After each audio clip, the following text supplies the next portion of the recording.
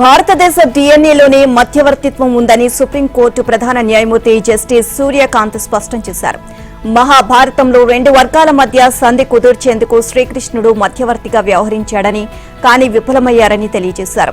ఆంధ్రప్రదేశ్ రాష్ట్ర న్యాయ సేవా సంస్థ నేతృత్వంలో ఆదివారం విజయవాడలో మధ్యవర్తిత్వంపై నిర్వహించిన రాష్ట్ర స్థాయి సదస్సుకు ఆయన ముఖ్య అతిథిగా హాజరయ్యారు.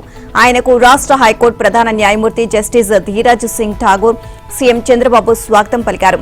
కోర్టుల వల్ల కుటుంబ సమస్యలు, ఇతరాతర సమస్యలు కొంత వేగంగా పరిష్కారం అవుతున్నప్పటికీ తెగని చాలా సమస్యలకు మధ్యవర్తిత్వం ఎంతో ఉపయుక్తంగా ఉంది అని జస్టిస్ సూర్యకాంత్ తెలియజేశారు. ఇక ఏపీ ప్రభుత్వం భూ సమీకరణ కోసం రైతులతో జరిపిన చర్చల ఫలితమే రాజధాని అమరావతి అని మధ్యవర్తిత్వానికి ఇదో ఉదాహరణగా అభివర్ణించారు.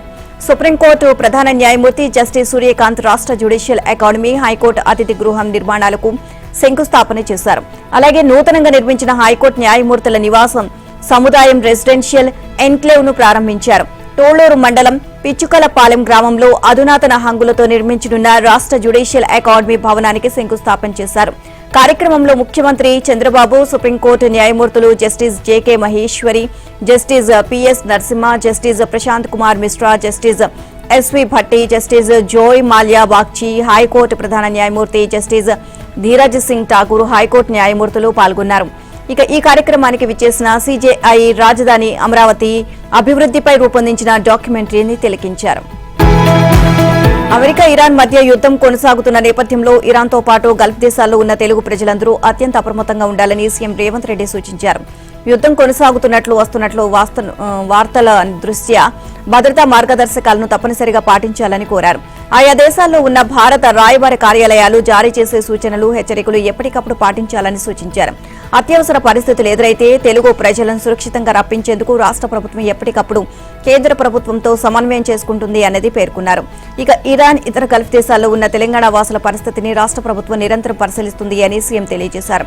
ఆయా దేశాల్లో ఉన్న భారత ఎంబసీలు, కాన్సులేట్లతోనూ సంప్రదింపులు జరపాలని అధికారులకు సూచించారు. ఇళ్లు కూలగొట్టడం, భూములు ఆక్రమించడం, రియల్ ఎస్టేట్ దందా చేయడం, దానికోసం పేదల జీవితాలు నాశనం చేయడమే రేవంత్ రెడ్డికి తెలిసిన పాలన అని కేటీఆర్ ఆరోపించారు.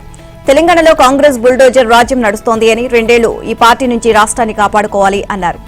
మూసీ దండి మార్చ్ కార్యక్రమంలో భాగంగా ఆయన పలు కుటుంబాలతో కలిసి బైరాగిగూడ, హైదర్ షా కోట్, కేకే నగర్ నుంచి మధుపార్క్ రుజ్ అపార్ట్మెంట్ వరకు 3.5 కిలోమీటర్ల మేర పాదయాత్ర నిర్వహించారు. మధు పార్క్ అపార్ట్మెంట్ వద్ద కేటీఆర్ మాట్లాడుతూ దేశంలో బీజేపీ బుల్డోజర్ రాజ్యంపై విమర్శలు చేస్తున్న రాహుల్ గాంధీ డబ్బు సంచుల కోసం తెలంగాణలో రేవంత్ చేసిన బుల్డోజర్ అరాచకాలను పట్టించుకోవడం లేదు అన్నారు. మూసీ బఫర్ జోన్ పై రకరకాల మాటలు చెప్తున్న కాంగ్రెస్ గతంలో ఇక్కడ అపార్ట్మెంట్లకు ఎలా అనుమతి ఇచ్చిందని, అప్పటి అధికారులు నాటి కాంగ్రెస్ నాయకులను చెప్పుతో కొట్టాలా అని ప్రశ్నించారు. ఇక మూసీ ప్రాజెక్టులో ఏ ఒక్క ఇల్లు కూలగొట్టినా ఊరుకునే ప్రసక్తి లేదు అని కేటీఆర్ హెచ్చరించారు.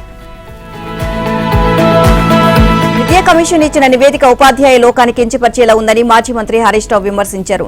సమస్త ఉపాధ్యాయ వర్గమంతా ఈ నివేదికను రద్దు చేయాలని డిమాండ్ చేస్తోంది అని పేర్కొన్నారు.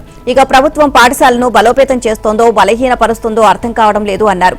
సిద్దిపేట జిల్లా చిన్నకోడూరు మండలం మల్లారం ప్రాథమిక ఉన్నత పాఠశాలలో ఆదివారం నిర్వహించిన వార్షికోత్సవంలో హరీష్ రావు మాట్లాడారు. గత కేసీఆర్ ప్రభుత్వం సర్కారు బడుల్లో ఇంగ్లీష్ మీడియం బోధనను ప్రారంభించిందని తెలిపారు. ఉదయం అల్పాహారం, మన ఊరు మనబడి కార్యక్రమాలను సైతం మొదలుపెట్టిందని, దురదృష్టవశాత్తు ప్రభుత్వం మారడంతో ఈ పథకాలు నిలిచిపోయాయని ఆయన అన్నారు. ఏఐసీసీ అగ్రనేత, లోక్సభలో ప్రతిపక్ష నేత రాహుల్ గాంధీ ఇవాళ వికారాబాద్ జిల్లాలో అనంతగిరికి రానున్నారు. స్థానిక హరిత రిసార్ట్స్ లో జరుగుతున్న తెలంగాణ, ఏపీ డీసీసీ అధ్యక్షుల శిక్షణ తరగతుల ముగింపు కార్యక్రమానికి ముఖ్య అతిథిగా హాజరు కానున్నారు. ఎయిర్ ఇండియా విమానంలో ఉదయం 9:15 శంషాబాద్ విమానాశ్రయానికి చేరుకోనున్న రాహుల్ అక్కడి నుంచి సీఎం రేవంత్ రెడ్డితో కలిసి ప్రత్యేక హెలికాప్టర్లో అనంతగిరికి వెళ్తారు. అక్కడ టీపీసీసీ రాజకీయ వ్యవహారాల కమిటీ సభ్యులతో కొద్దిసేపు ప్రత్యేకంగా సమావేశమవుతారు. అనంతరం డీసీసీ అధ్యక్షుల శిక్షణ కార్యక్రమంలో పాల్గొంటారు. కాంగ్రెస్ పార్టీని సంస్థాగతంగా బలోపేతం చేయడంపై రాహుల్ దిశానిర్దేశం చేస్తారు. దీంతో పాటు రాష్ట్ర రాజకీయాల్లో అత్యంత ప్రాధాన్యం కలిగిన విషయాలపై కూడా చర్చించనున్నారని తెలుస్తున్నారు. ఇక ఈ సందర్భంగా డీసీసీ అధ్యక్షులతో పాటు వారి కుటుంబ సభ్యులతో కూడిన రాహుల్ ముఖాముఖి మాట్లాడనున్నట్లు తెలుస్తోంది. ఈ మేరకు సోమవారం ఉదయం 8 గంటల్లోగా డీసీసీ అధ్యక్షులు తమ కుటుంబ సభ్యులను శిక్షణ శిబిరం వద్ద అందుబాటులో ఉండేలా ఏర్పాట్లు చేసుకోవాలని నిర్వాహకుల నుంచి సమాచారం అందింది. అనంతగిరిలో తెలంగాణ, ఆంధ్రప్రదేశ్ పీసీసీల రాజకీయ వ్యవహారాల కమిటీలైన పీఏసీలతో రాహుల్ గాంధీ వేర్వేరుగా సమావేశం కానున్నట్లు తెలుస్తోంది. ఈ సందర్భంగా తెలంగాణ నుంచి ఖాళీ అవుతున్న రాజ్యసభ స్థానాలకు అభ్యర్థుల ఎంపికపై నిర్ణయం తీసుకునే అవకాశం ఉందని తెలుస్తోంది. అయితే పీఏసీతో భేటీలో ఈ అంశంపై చర్చ ఉండదని, అది కేవలం ఫోటో సెషన్ గా మాత్రమే ఉంటుందని పార్టీ వర్గాలు చెబుతున్నాయి. సత్యసాయి జిల్లా గోరంట్లలో వైసీపీకి గట్టి ఎదురుదెబ్బ తగిలింది. గోరంట్ల మండలంలోని ఎర్రవల్లిలో వైసీపీకి చెందిన 80 కుటుంబాలు రాష్ట్ర బీసీ సంక్షేమ శాఖ మంత్రి సవిత ఆధ్వర్యంలో టీడీపీలో చేరారు. ఈ కార్యక్రమంలో నర్సింహపల్లి పంచాయతీ ఎర్రపల్లి వైసీపీ నాయకుడు పద్మనాభరెడ్డి, ఎంపీటీసీ తిప్పమ్మతో పాటు మరికొంతమంది ప్రముఖులు టీడీపీలో చేరారు. వీరికి పార్టీ కండువా కప్పి మంత్రి సవిత ఆహ్వానించారు. వైసీపీ హయాంలో గోరంట్ల ప్రాంతంలో అభివృద్ధి పూర్తిగా స్తంభించిపోయిందని పార్టీలో చేరిన నేతలు విమర్శించారు. రైతులకు, మహిళలకు, యువతకు సరైన ప్రోత్సాహం కరువైంది అన్నారు. గత ప్రభుత్వం రైతుల సంక్షేమాన్ని నిర్లక్ష్యం చేసిందని, వ్యవసాయ రంగంలో అభివృద్ధి శూన్యమని అన్నారు. కూటమి ప్రభుత్వం అధికారంలోకి వచ్చిన తర్వాత అన్ని రంగాల్లో అభివృద్ధి వేగవంతమైందని, నియోజకవర్గంలో గ్రామీణ ప్రాంతాల్లో మౌలిక వసతులు మెరుగుపడతాయని తెలియజేశారు. ఇక అభివృద్ధి చేస్తున్న కూటమి ప్రభుత్వాన్ని మంత్రి సవితమ్మకు అండగా నిలుస్తామని కొత్తగా చేరిన కుటుంబాలు పేర్కొన్నాయి. ఈసారి వేసవిలో ఎండలు మంటలు రేపనున్నాయి. దేశంలోని అనేక ప్రాంతాలతో పాటు రాష్ట్రంలో ప్రస్తుత వేసవిలో సాధారణం కన్నా ఎక్కువ ఉష్ణోగ్రతలు నమోదయ్యే అవకాశం ఉందని భారత వాతావరణ శాఖ విపత్తుల నిర్వహణ సంస్థలు వెల్లడించాయి. మార్చి నుంచి మే మధ్య ఉత్తరాంధ్ర తప్ప రాష్ట్రంలోని మిగతా ప్రాంతాల్లో సాధారణం లేదా అంతకంటే ఎక్కువ ఉష్ణోగ్రతలు నమోదవుతాయని వాతావరణ శాఖ పేర్కొంది. మార్చి నెలలో ఉత్తర, మధ్య కోస్తా వరకు సాధారణంగా, దక్షిణ కోస్తా, రాయలసీమలోని ఎక్కువ ప్రాంతాల్లో సాధారణం లేదా అంతకంటే ఎక్కువగా ఎండలు ఉండే అవకాశం ఉంది అని అంచనా వేసింది. దక్షిణాంధ్రలో సాధారణం కన్నా ఎక్కువ రోజుల పాటు వడగాల్పులు వీచే అవకాశం ఉందని విపత్తు నిర్వహణ సంస్థ హెచ్చరించింది. కనిష్ట ఉష్ణోగ్రతలు రాయలసీమ, ఉత్తరాంధ్రలోని కొన్ని జిల్లాల్లో సాధారణం కన్నా ఎక్కువ నమోదయ్యే అవకాశం ఉందని వాతావరణ శాఖ అధికారులు చెప్పారు. మార్చి ప్రారంభం నుంచి దేశంలోని పలు ప్రాంతాల్లో ఎండలు పెరగనున్నాయని వాతావరణ శాఖ పేర్కొంది. గుజరాత్, మహారాష్ట్రలో కొన్ని ప్రాంతాలు, కోస్తాంధ్రలో మధ్యనున్న ప్రాంతాల్లో వడగాల్పులు వీస్తాయి. ఏప్రిల్, మే నెలలో దక్షిణ భారతంలోని తమిళనాడు నుంచి మధ్య తూర్పు భారతంలో బీహార్, దానికి ఆనుకొని తూర్పు ఉత్తరప్రదేశ్, రాజస్థాన్, పంజాబ్, హర్యానా, గుజరాత్, మహారాష్ట్రలోని పలు ప్రాంతాల్లో అనేక రోజులు వడగాల్పులు కొనసాగుతున్నాయి. ఇక మార్చి నుంచి మే వరకు ఉత్తర కోస్తాంధ్ర, దానికి ఆనుకొని తెలంగాణ, తూర్పు రాజస్థాన్ తదితర ప్రాంతాల్లో తప్ప దేశంలోని అనేక ప్రాంతాల్లో పగటి ఉష్ణోగ్రతలు సాధారణం కంటే ఎక్కువగా నమోదవుతాయని వాతావరణ శాఖ వెల్లడించింది. ఆర్థిక అవసరాలకు అండగా ఉంటుందని చిట్టీలు వేసిన వారిని నిర్వాహకుడు నిలువునా ముంచేశాడు. 4 కోట్లు వసూలు చేసి కుటుంబంతో సహా పరారయ్యాడు. ఈ ఘటన విజయవాడలోని చిట్టీనగర్ ఆదివారం వెలుగులోకి వచ్చింది. తుమ్మల ముత్యాలరావు వీధిలో నివాసం ఉంటున్న ఎం శ్రీనివాసరావు 20 ఏళ్లుగా చిట్టీలు నిర్వహిస్తున్నాడు. అతడు ఇక్కడే పుట్టి పెరగడంతో స్థానికులందరికీ సుపరిచితుడు. చిట్టీల వ్యాపారం మొదలుపెట్టాక స్థానికంగా ఉండే కూలీలు, కార్మికులను ఇందులో సభ్యులుగా చేర్పించారు. మొదట 1 లక్ష నుంచి వేయడం ప్రారంభించి తర్వాత వాటిని క్రమంగా పెంచుకుంటూ 5 లక్షలు, 10 లక్షల వరకు నిర్వహించారు. కాలపరిమితి పూర్తయ్యాక చెల్లింపులు సక్రమంగా చెల్లించాడు. మరోపక్క వడ్డీలకు అప్పులు ఇస్తుండేవాడు. కేదారేశ్వర్పేటలోని లోటస్ ల్యాండ్ పార్క్ లో ఖరీదైన ఫ్లాట్ కొని 2 ఏళ్ల క్రితం కుటుంబాన్ని అక్కడికి మార్చేశాడు. అప్పటి నుంచి చిట్టీనగర్ లో ఉంటున్న ఇంటికి వచ్చి చిట్టీ పాటలు నిర్వహించేవాడు. కాగా చిట్టీలు పాడుకున్న వారికి మొదట్లో సక్రమంగా చెల్లింపులు చేసిన శ్రీనివాసరావు ఏడాదిగా వాయిదాలు వేయడం మొదలుపెట్టాడు. నెలల తరబడి ఇంటి చుట్టూ తిప్పించుకున్నాడు. ఇక ఎంతకీ డబ్బు ఇవ్వకపోవడంతో చిట్టీలు వేసిన వారంతా లోటస్ లో ఇంటికి వెళ్లి చూశారు. ఇంటిని ఖాళీ చేసి 2 రోజుల క్రితం శ్రీనివాసరావు కుటుంబం ఊరు దాటినట్లు స్థానికులు తెలియజేశారు. దీంతో బాధితులు కొత్తపేట పోలీసులను ఆశ్రయించి ఫిర్యాదు చేశారు. నెల్లూరు ప్రభుత్వ జనరల్ ఆసుపత్రి జీజీహెచ్ లోని చిన్నపిల్లల ఇంటెన్సివ్ వార్డులో ఆదివారం రాత్రి అగ్ని ప్రమాదం చోటు చేసుకుంది. పొగలు దట్టంగా వ్యాపించాయి. దీంతో రోగుల సహాయకులతో పాటు కొందరు వైద్య సిబ్బంది కూడా బయటకు పరుగులు తీశారు. అగ్నిమాపక వాహనాలు వచ్చేటప్పటికే వైద్య సిబ్బంది మంటలు ఆర్పడంతో అంత పెను ప్రమాదం తప్పినట్లయింది. ఇక ఈ సంఘటనపై పురపాలక శాఖ మంత్రి పొంగూరు నారాయణ ఆరా తీశారు. పరిస్థితిని చక్కదిద్దాలని ఆదేశించారు. ఆదివారం సాయంత్రం 6 గంటలకు చిన్నపిల్లల ఇంటెన్సివ్ వార్డులోని ఏసీలో షార్ట్ సర్క్యూట్ జరిగింది. ఆ సమయంలో 15 మంది పిల్లలతో పాటు తల్లులు, ఇతర సహాయకులు మొత్తం 35 మంది ఉన్నారు. ఏసీలో వచ్చిన మంటలు 2 పడకలకు వ్యాపించి కాలిపోయాయి. ఆ పడకలో చిన్నారులెవరూ లేకపోవడంతో ప్రాణాపాయం తప్పింది. డ్యూటీలో ఉన్న వైద్యురాలు అద్దాలను పగలగొట్టి గట్టిగా అరుస్తూ హెచ్చరికలు చేయడంతో వైద్య సిబ్బంది కరెంటు ఆపేశారు. అక్కడే ఉన్న ఫైర్ సేఫ్టీ పరికరాలతో మంటలను ఆర్పివేశారు. ముందు జాగ్రత్తగా పక్క వార్డులోని మరో 30 మంది పిల్లలు, వారి సహాయకులను వేరే వార్డుకు తరలించారు. ప్రమాదం నుంచి బయటపడడంతో రోగులు, సహాయకులు ఊపిరి పీల్చుకున్నారు. కలెక్టర్ హిమాంశు శుక్లా ఆదేశాలతో ఎస్పీ అజిత్ వేజెండ్ల ఆసుపత్రికి చేరుకుని ఈ ఘటనపై ఆరా తీశారు. టీడీపీ నేత కోటంరెడ్డి గిరిధర్ రెడ్డి కూడా ఆసుపత్రిని సందర్శించారు. వెంటనే మంటలను ఆపివేసిన వైద్య సిబ్బందిని అభినందించారు. కర్నూలులో 4 ఏళ్ల అస్వర్త్ గురుదత్త అనే బాలుడు డిఎన్టీ అనే అరుదైన వ్యాధితో బాధపడుతున్నాడు. వయసు ఎదిగే కొద్దీ కండరాలు క్షీణించడం, ఆ తర్వాత ప్రాణాంతకంగా మారడం ఈ వ్యాధి లక్షణాలు.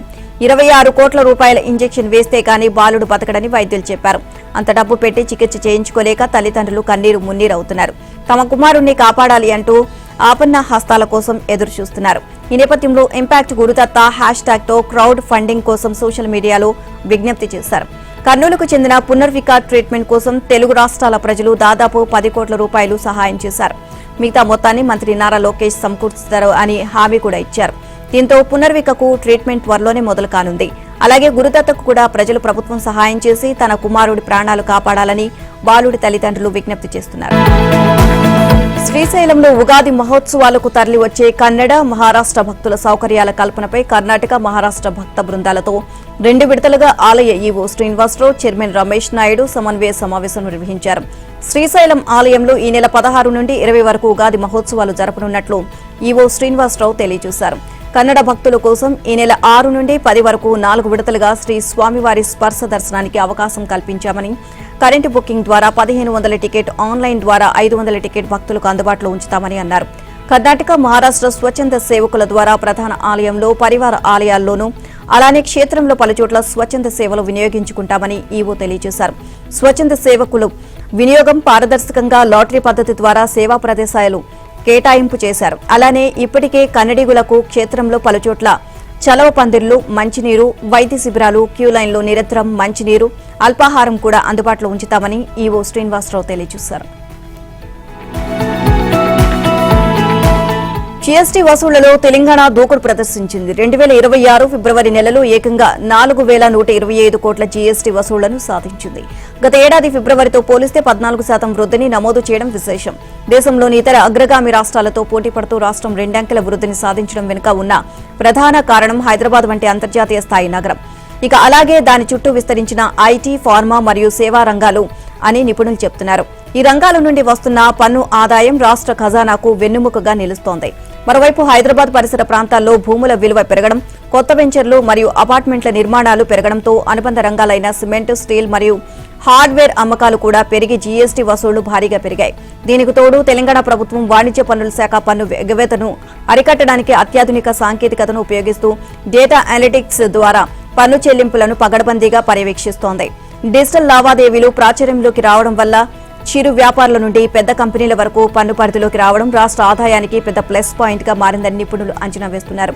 ఈ అదనపు ఆదాయంతో రాష్ట్ర ప్రభుత్వం మరిన్ని సంక్షేమ పథకాలు చేపట్టే అవకాశం ఉన్నట్లు తెలుస్తోంది. ఢిల్లీ మద్యం కేసులో ట్రయల్ కోర్టు ఇచ్చిన తీర్పును సిబిఐ ఢిల్లీ హైకోర్టులో సవాల్ చేసింది. 974 పేజీలతో రివిజన్ పిటిషన్ దాఖలు చేసింది. ట్రయల్ కోర్టు తీర్పు అత్యంత విస్తుగొలిపేలా ఉంది అని, అది చట్టపరమైన తప్పిదాలతో కూడుకుంది అని పిటిషన్లో సిబిఐ పేర్కొంది. చట్టవిరుద్ధం, అహేతుకం, ప్రాథమికంగానే లోపభూయిష్టంగా ఉంది అని తీవ్రంగా స్పందించింది. ఇక 2021-2022లో ఢిల్లీ మద్యం విధానంలో అక్రమాలు జరిగాయి అంటూ సిబిఐ కేసు నమోదు చేసిన విషయం తెలిసిందే. ఈ కేసులో అప్పటి ఢిల్లీ సీఎం కేజ్రీవాల్, ఉప ముఖ్యమంత్రి సిసోడియా, తెలంగాణ జాగృతి అధ్యక్షురాలు కవితతో సహా 23 మందిని నిందితులుగా చేర్చారు. సుదీర్ఘ కాలం వీరిని తీహార్ జైల్లో ఉంచారు. దేశవ్యాప్తంగా సంచలనం సృష్టించిన ఈ కేసును సంబంధించి రౌస్ అవెన్యూ సిబిఐ ప్రత్యేక కోర్టు కీలక తీర్పు ఇచ్చింది. అందరూ నిర్దోషులే అని తీర్పునిస్తూ జడ్జి జితేందర్ సింగ్ సిబిఐ తీరుపై కీలక వ్యాఖ్యలు చేశారు. దర్యాప్తు సంస్థ ఏ దశలోనూ తన విధిని సరిగ్గా నిర్వర్తించలేదని, దర్యాప్తు అధికారిపై శాఖాపరమైన చర్యలు తీసుకోవాలని తన తీర్పులో పేర్కొన్నారు. అయితే ఈ తీర్పుపై సిబిఐ తీవ్ర అభ్యంతరాలు వ్యక్తం చేసింది. తీర్పునిచ్చే సమయంలో అసలు కుట్రాకోణాన్ని ట్రయల్ కోర్టు విస్మరించింది అని పేర్కొంది. ప్రాసిక్యూషన్ సమర్పించిన బలమైన సాక్ష్యాధారాలను ట్రయల్ కోర్టు పక్కన పెట్టింది. ప్రధానంగా కేజ్రీవాల్, సిసోడియా, కవిత పాత్రను అంచనా వేయడంలో కోర్టు పొరబడింది. మద్యం సిండికేట్ల కోసం పాలసీని ఎలా మార్చారో వివరించే సాక్ష్యాలను పరిగణలోకి తీసుకోలేదు. అలాగే తీర్పునిచ్చే సందర్భంలో జడ్జి చేసిన వ్యాఖ్యలు దర్యాప్తు సంస్థ నిబద్ధతపై ప్రభావం చూపే ప్రమాదం ఉందని సిబిఐ పేర్కొంది. తమిళనాడులో డీఎంకే పాలన అవినీతిమయం అయిపోయిందని, రాష్ట్రంలో మాదక ద్రవ్యాల మాఫియా చెలరేగిపోతోంది అని ప్రధాని మోదీ ఆరోపించారు. ఆయన తమిళనాడు, పుదుచ్చేరిలో పర్యటించారు. ఇక మదురైలో జరిగిన ఎన్డీఏ బహిరంగ సభలో ప్రధాని మాట్లాడుతూ ఎక్కడైనా పారదర్శక పాలన అందించేందుకు మంత్రుల మధ్య పోటీ ఉంటుందని, కానీ డీఎంకే ప్రభుత్వంలోని మంత్రులు మాత్రం అవినీతిలో పోటీ పడుతున్నారని ఎద్దేవి చేశారు. ఇక ఉద్యోగుల బదిలీల్లో 365 కోట్లు, ఉద్యోగ అవకాశాల పేరుతో 900 కోట్లు, కాంట్రాక్టర్ల పేరుతో 1000 కోట్లు, ఇసుక కుంభకోణంలో 4700 కోట్లు, టాస్మాక్ స్కామ్లో 40,000 కోట్లు, ఇలా ప్రతి విషయంలోనూ డీఎంకే భారీ అవినీతికి పాల్పడిందని ఆరోపించారు. బీజేపీ నేతృత్వంలో రాష్ట్రంలో డబుల్ ఇంజిన్ ప్రభుత్వం ఏర్పడితే ప్రజలకు స్వచ్ఛమైన, పారదర్శకమైన పాలన అందిస్తామని మోదీ హామీ ఇచ్చారు. ఇక త్వరలో జరగనున్న శాసనసభ ఎన్నికలు రాష్ట్రానికి టర్నింగ్ పాయింట్ వంటివే అని చెప్పారు. ఈ ఎన్నికల్లో ఎన్డీఏ కూటమిని గెలిపించేందుకు ప్రజలు ఉత్సాహంగా ఉన్నారని ప్రధాని వ్యాఖ్యానించారు. గల్ఫ్ ప్రాంతం రణరంగంగా మారడంతో ముడి చమురు, సహజ వాయు రవాణాపై ప్రపంచవ్యాప్తంగా చర్చ జరుగుతోంది.